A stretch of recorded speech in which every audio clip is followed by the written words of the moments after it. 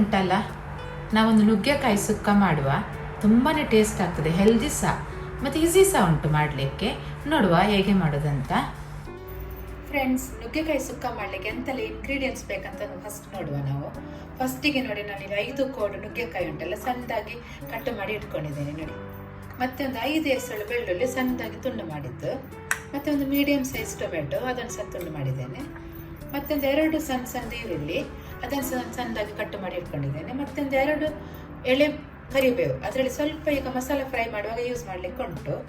ಮತ್ತು ಇದಕ್ಕೆ ಉಂಟು ಈಗ ಮಸಾಲೆ ರೆಡಿ ಮಾಡುವ, ಅದಕ್ಕೆಲ್ಲ ಎಂತೆಲ್ಲ ಬೇಕಂತ ನೋಡುವ. ಇಲ್ಲಿ ನಾನೊಂದು ಗ್ಯಾಸಲ್ಲಿ ಉಂಟಲ್ಲ ಒಂದು ಪ್ಯಾನ್ ಇಟ್ಟಿದ್ದೇನೆ. ಅದಕ್ಕೆ ಉಂಟಲ್ಲ 1 ಟೀ ಸ್ಪೂನ್ ಎಣ್ಣೆ ಹಾಕಿದ್ದೇನೆ. 1 ಟೀ ಸ್ಪೂನ್ ಸಾಕಾಯ್ತು, ಹಾಕಬೇಡಿ.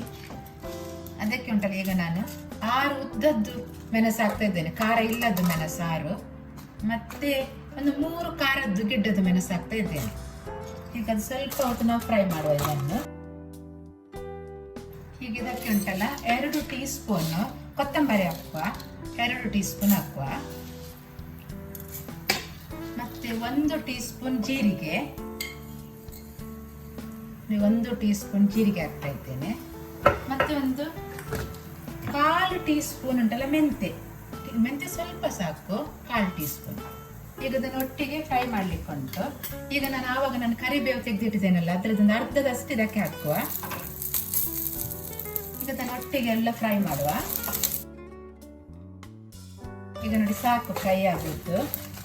ಒಂದು ನಿಮಿಷ ಫ್ರೈ ಮಾಡಿದ್ರೆ ಸಾಕು ನೋಡಿ, ಸಾಕು. ಈಗ ನಾವು ಗ್ಯಾಸ್ ಆಫ್ ಮಾಡುವ. ಇದನ್ನು ಪ್ಲೇಟಿಗೆ ಹಾಕಿ ಸ್ವಲ್ಪ ತಣ್ಣಗಾಗ್ಲಿಕ್ಕೆ ಬಿಡುವ. ಇದು ಮಸಾಲ ತಣ್ಣಗಾಯ್ತು. ಇದನ್ನು ನಾವೀಗ ಉಂಟಲ್ಲ ಒಂದು ಸಣ್ಣ ಮಿಕ್ಸಿಯಲ್ಲಿ ಪೌಡರ್ ಮಾಡ್ಲಿಕ್ಕೆ, ನೀರು ಹಾಕ್ಲಿಕ್ಕಿಲ್ಲ ಆಯ್ತಾ, ನೀರು ಹಾಕದೆ ಪೌಡರ್ ಮಾಡುವ. ನೋಡಿ ಈಗ ಇದು ಪೌಡರ್ ಮಾಡಿ ಆಯ್ತು ನೋಡಿ. ಈಗ ಇದನ್ನು ಉಂಟಲ್ಲ ನೈಸ್ ಪೌಡರ್ ಮಾಡಿ ನೋಡಿ, ಹೀಗೆ ಮಾಡ್ಬೇಕು ಪೌಡರ್. ಈಗ ಇದಕ್ಕುಂಟಲ್ಲ ಅದು ನಾನು ಬೆಳ್ಳುಳ್ಳಿ ಆವಾಗ ಒಂದು ಕಟ್ಟು ಮಾಡಿ ಇಟ್ಟಿದ್ದೇನಲ್ಲ ಅದನ್ನು ಸಹ ಹಾಕಿ 1 ರೌಂಡ್ ತಿರುಗಿಸುವ. ಈಗ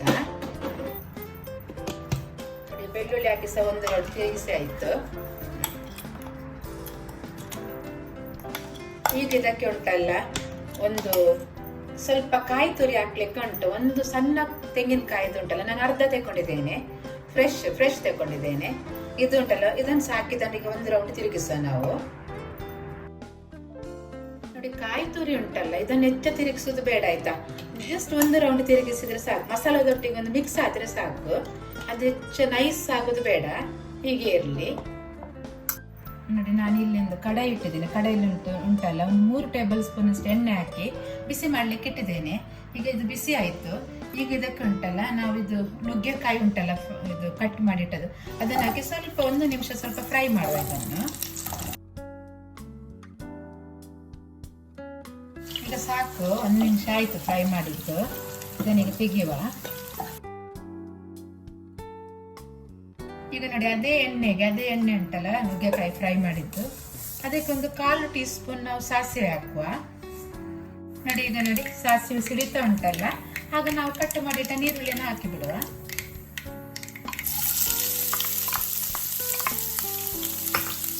ಮತ್ತೆ ಇದು ಕರಿಬೇವು ಸಹ ಉಂಟಲ್ಲ ಸ್ವಲ್ಪ ತೆಗೆದಿಟ್ಟದ್ದು ಅದು ಸಹ ಈಗ ಹಾಕುವ.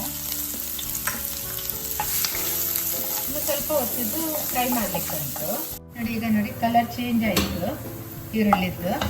ಈಗ ಅದಕ್ಕೆ ಉಂಟಲ್ಲ ನಾನು 1 ಟೀ ಸ್ಪೂನ್ ಶುಂಠಿ ಬೆಳ್ಳುಳ್ಳಿ ಪೇಸ್ಟ್ ಹಾಕ್ತಾ ಇದ್ದೇನೆ. ಈಗ ಅದನ್ನು ಸ್ವಲ್ಪ ಹೊತ್ತೊಂದು ಹಸಿ ಸ್ಮೆಲ್ ಹೋಗೋ ತನಕ ಫ್ರೈ ಮಾಡಿದರೆ ಸಾಕು, ಅಂದರೆ 30 ಸೆಕೆಂಡ್ ಫ್ರೈ ಮಾಡಿದರೆ ಸಾಕು. ಇದನ್ನು ಈಗ ಸಾಕು. ಈಗ ಇದಕ್ಕೆ ಉಂಟಲ್ಲ ಟೊಮೆಟೊ ಹಾಕು, ನಾವು ಕಟ್ ಮಾಡಿಟ್ಟ ಟೊಮೆಟೊ ಉಂಟಲ್ಲ ಅದು ಹಾಕ್ತೇನೆ. ಇದಕ್ಕೆ ಈಗ ಉಂಟಲ್ಲ ಒಂದು 1/4 ಟೀ ಸ್ಪೂನ್ ಅಷ್ಟು ಅರಶಿನ ಹಾಕುವ. ಮತ್ತೆ ಸ್ವಲ್ಪ ಉಪ್ಪು ಹಾಕುವ, 1/2 ಟೀ ಸ್ಪೂನ್ ಅಷ್ಟು ಉಪ್ಪು. ಇದು ಟೊಮೆಟೊ ಉಂಟಲ್ಲ ಸ್ವಲ್ಪ ಸ್ಮ್ಯಾಶ್ ಆಗಲಿಕ್ಕೆ ಬಿಡುವ ನಾವು. ಇದಕ್ಕೆ ಈಗ ಒಂದು ಸ್ವಲ್ಪ ಮುಚ್ಚಳ ಇಟ್ಟು ಸ್ಲೋ ಫ್ಲೇಮಲ್ಲಿ ಫ್ರೈ ಮಾಡುವ. ಈಗ ನಾವು ನೋಡುವ.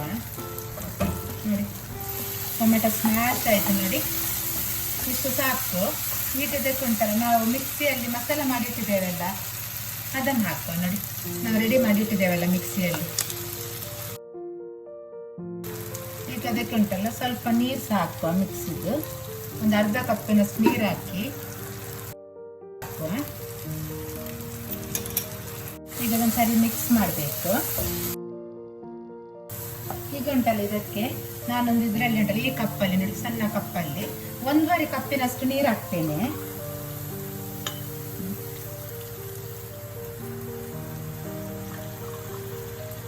ಒಂದೂವರೆ ಕಪ್ಪಿನಷ್ಟು ಹಾಕಿದ್ದೇನೆ. ಈಗ ಉಪ್ಪು ನೋಡಿ ಆಯ್ತಾ, ಈಗ ಉಪ್ಪೆಲ್ಲ ಸರಿ ನೋಡಿ ಸ್ವಲ್ಪ ಕುದಿಸುವ ಇದನ್ನೀಗ ಮುಚ್ಚಳ ಇಟ್ಟು ಸ್ವಲ್ಪ ಕುದಿಸುವ. ಈಗ ನೋಡಿ ಕುದೀತಾ ಉಂಟು ನೋಡಿ ನೋಡಿ. ಈಗ ಕುದಿಯುವಾಗ ಉಂಟಲ್ಲ ನಾವು ಅದು ಡ್ರಮ್ ಸ್ಟಿಕ್ ಕಟ್ ಮಾಡಿ ಇಟ್ಟಿದ್ದೇವಲ್ಲ ನುಗ್ಗೆಕಾಯಿ, ಅದನ್ನು ಹಾಕುವ. ಉಪ್ಪೆಲ್ಲ ಕರೆಕ್ಟ್ ನೋಡಿ ಆಯ್ತಾ.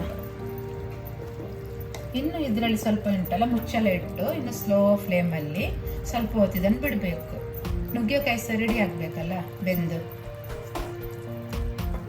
ಸ್ವಲ್ಪ ಡ್ರೈ ಸಹ ಆಗ್ತದೆ, ಇದು ಮಸಾಲೆ ಸಹ ಉಂಟಲ್ಲ ಇನ್ನು ಡ್ರೈ ಆಗ್ತದೆ.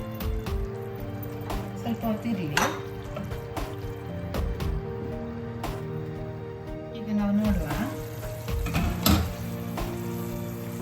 ನೋಡಿ, ನೀರೆಲ್ಲ ಡ್ರೈ ಆಗ್ತಾ ಬಂತು ನೋಡಿ, ತಿಕ್ಕಾಯ್ತು ನೋಡಿ ತುಂಬಾ.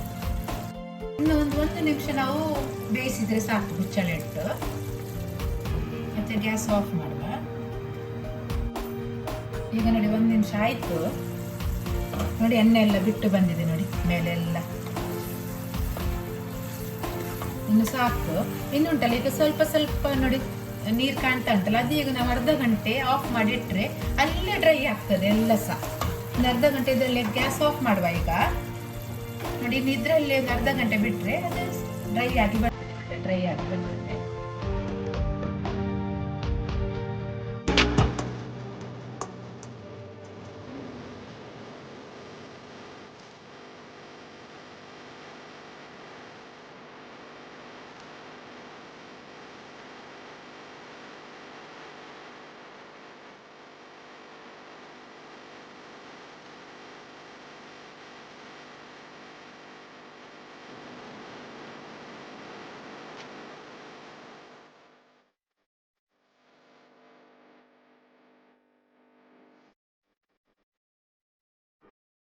ಫ್ರೆಂಡ್ಸ್, ನುಗ್ಗೆಕಾಯಿ ಸುಕ್ಕ ರೆಡಿ ಆಯಿತು. ಪಲ್ಯ ನೋಡಿ, ಡ್ರಮ್ ಸ್ಟಿಕ್ ಪಲ್ಯ ತುಂಬಾ ಟೇಸ್ಟ್ ಆಗ್ತದೆ ಆಯಿತಾ. ಒಮ್ಮೆ ಟ್ರೈ ಮಾಡಿ.